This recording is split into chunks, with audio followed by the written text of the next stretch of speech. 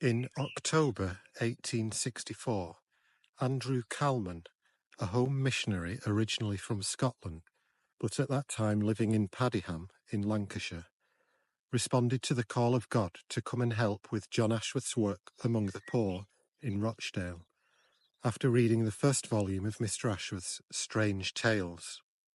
When he died in 1893, someone described Andrew Calman as one of the truest Christians it had ever been their privilege to know, and they said he left a most beautiful example of a Christ-like life. This is Mr. Calman's story. Andrew Lumsden Calman was born at the farm of Nether Balgay, near Dundee in Scotland, on the 15th of February, 1822. He was one of 11 children, his father having been married twice. His father, John Calman, was a shipbuilder and also a magistrate. But although he was a man of moral and upright character, Mr. Calman said his father was a terror to him and apparently never showed any interest in the spiritual welfare of his children. When he was a boy, Mr. Calman said he only ever saw his father once a week, as he was always busy in the town. Andrew Calman's mother, Miss Isabella Murray, on the other hand, was a very pious, lovely, and accomplished woman who taught him to pray and prayed for him and watched over him with tender affection. Sadly, his mother died when he was 10 years old. After her death, his aunt Nancy, who the children called Miss Murray, came to keep house for them. Andrew Calman had a brother called Thomas who was blind. He and Thomas used to talk about religion, and he read books to Thomas on a Sunday evening, sometimes in the fields to get away from their father. As a young man, Andrew Calman said he often wanted to do good, but by that time sin had become sweet to him. A man called Mr. McShane used to visit the Calman family on their farm, and he sometimes spoke about Jesus. Mr. McShane once asked Andrew Calman if he had found Christ, but he didn't know what he meant, and he said he didn't know. One day Andrew Calman was taken so ill with a severely blistered chest that a doctor gave him up, and everyone thought he would die. He made a promise that if he recovered, he would live to good purpose. He did recover, and not long afterwards, there was a Christian revival, and that's when he realized he was a sinner and cried out to God for forgiveness. He said, "A decided change came over me, and I felt I had experienced deliverance from sin, and the love of Christ shed abroad in my heart." And he began to speak to people about their souls and about the happiness he had found in Christ. When he was converted, Mr. Calman said his love for Christ was warm and his soul was happy, and he said he went about with a light and bounding step, singing, "Who can separate me from the love of Christ?" Later on he said, "Here I am, a wonder to many, and the greatest wonder to myself, a monument of God's patience and sparing mercy, a living proof of his power to save." He went into the shipbuilding business. When he was on a voyage to Liverpool, he found out his father had died. On another voyage, he visited his brother Henry, who was a steward to Sir James K. Shuttleworth at Gawthorpe Hall in Padiham in Lancashire. And it was here that he met his first wife, Sarah Whittaker. He left Dundee and came to live in Padiham, where he and Sarah were married on the 21st of August, 1850.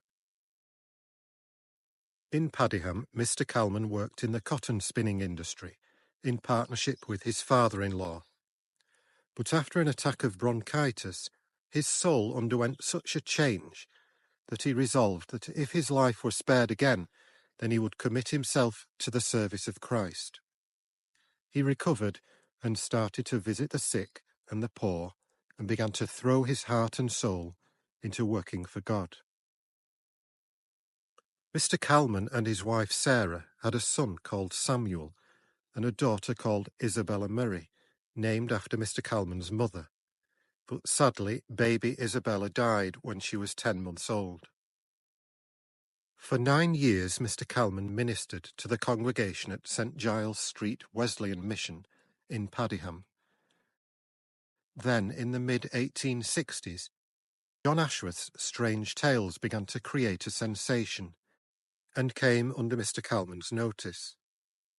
He read the tales with tears and thanked God for raising up such a man as Mr. Ashworth to care for the poor.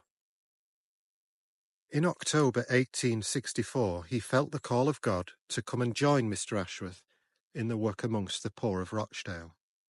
As well as assisting John Ashworth with his daily increasing correspondence and in his work at the Chapel for the Destitute, Mr. Calman visited people in their homes, started an adult school and a Sunday school for poor, neglected children, led cottage services, and preached out of doors in Smallbridge, Milnrow, and Bagslate.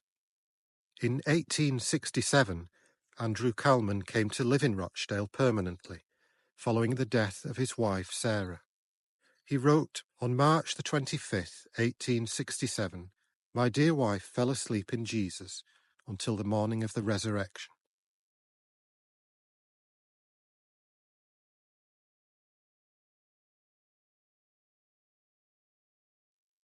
There is also a record of Mrs. Calman's death in John Ashworth's diary from that time. On the 8th of April, 1868, Mr. Calman married his second wife, Mary Ann Tyra, at St. Mary's Church in Great Malvern, Worcester. In Rochdale, Mr. Calman, his wife Mary Ann, and son Samuel lived at 123 Manchester Road, also known as Balgay Terrace, taking its name from the farm in Scotland where he was born. A mission school and preaching room was opened in School Lane, near St. Chad's Church, where 200 of the poor children in the neighbourhood were gathered. Successful mothers' meetings and Band of Hope meetings were held too. Mr. Calman was said to be most hospitable. As the mission school and preaching room was near to his home at Balgay Terrace, Mr. Calman was often seen with a troop of poor ragged children at his heels, sometimes holding one by the hand, and he would usher them into the kitchen, where his servant would make them some tea. When John Ashworth died in 1875, Andrew Calman took over at the Chapel for the Destitute, and he wrote a biography of Mr. Ashworth's life, called The Life and Labours of John Ashworth. He and Mrs. Calman also wrote tracts and reports similar to Mr. Ashworth's Strange Tales.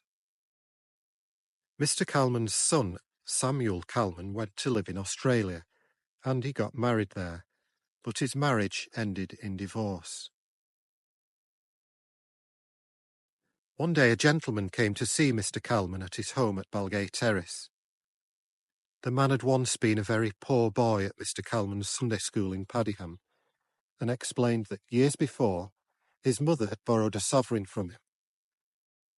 He had been fortunate in business and had become a member of the town council, and had returned to repay the sovereign with interest. Mr. Calman said he had never expected the money to be returned, and didn't accept any interest, and gave the sovereign to the work at the Chapel for the Destitute. 3 years before he died, Mr. Calman revisited the old farm at Nether Balgay, where he'd grown up, and he went to his mother's grave, bringing away a few sprigs of the weeping ash overhanging it. He revered his mother's memory, and apparently brought tears to the eyes of his congregation whenever he spoke of her.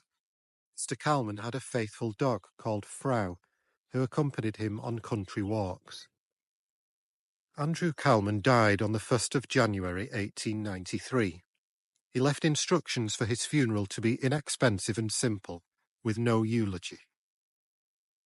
When he died, the people from John Ashworth's Chapel for the Destitute, where Mr. Calman had laboured for 28 years, gathered with wreaths outside his home at Balgay Terrace. His body was taken to Padiham, where a service was held at Cross Bank Chapel, and he was buried at Hapton Cemetery.